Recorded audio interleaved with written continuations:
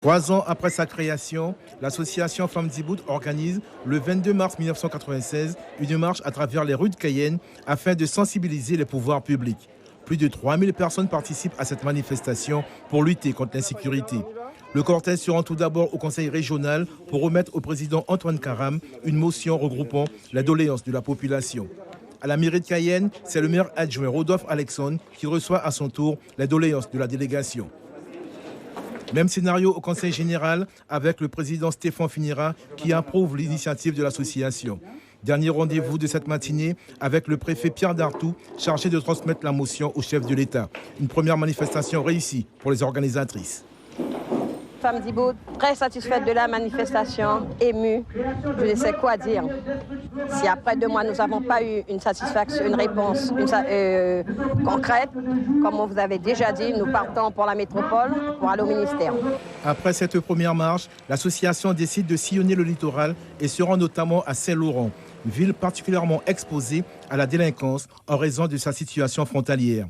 Cette réunion de la sous-préfecture est le point de départ d'une action solidaire et concertée contre l'insécurité avec le soutien de la population et des élus. Je crois que les Guyanais et les Guyanaises, ensemble, essaieront de faire comprendre qu'il y a un ras-le-bol des problèmes d'insécurité dans notre pays.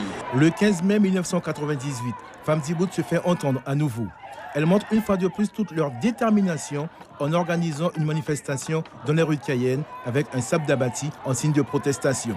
Élus, simples citoyens, associations, commerçants, syndicats, patrons salariés, toutes les couches de la population sont concernées.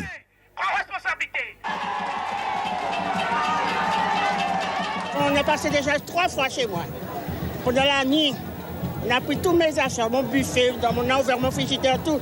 Et j'ai des enfants. Je marche, je suis souffrante et je marche. On a quand même fait un congrès contre la violence en février et on pense que c'est quand même une suite et qu'il ne faut jamais arrêter le combat. Voilà pourquoi c'est très important pour nous. Et on espère que les jeunes auront bien compris le message et qu'ils vont se rallier à notre cause. J'espère qu'après la manifestation de ce jour, les autorités gouvernementales vont l'entendre, vont comprendre et vont agir. Il y en a marre maintenant, on a du mal à rentrer chez soi. Chaque fois qu'on rentre chez soi le soir, il faut regarder devant, derrière, à droite et à gauche. On n'est jamais en sécurité, nos enfants sont à l'école, ils ne sont pas en sécurité. Il faut maintenant que je suis un peu étonné qu'il n'y ait pas 10, 20, 30 ou 50 000 personnes dans les rues aujourd'hui parce que tout le monde est concerné. Et si on ne met pas le haut là, je crois qu'on va finir par rester enfermé chez soi, de ne jamais sortir. Après ces différentes prises de position, l'association prend le temps de la réflexion.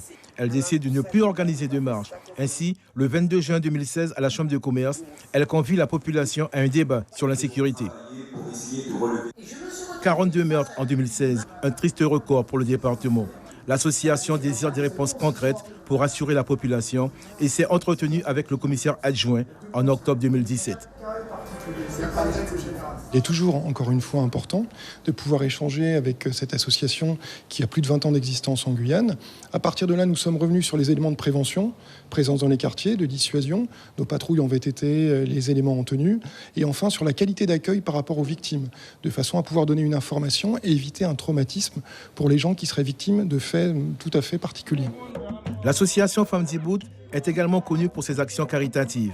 Depuis 2014, elle organise à chaque fête une soupe de solidarité en faveur des personnes défavorisées.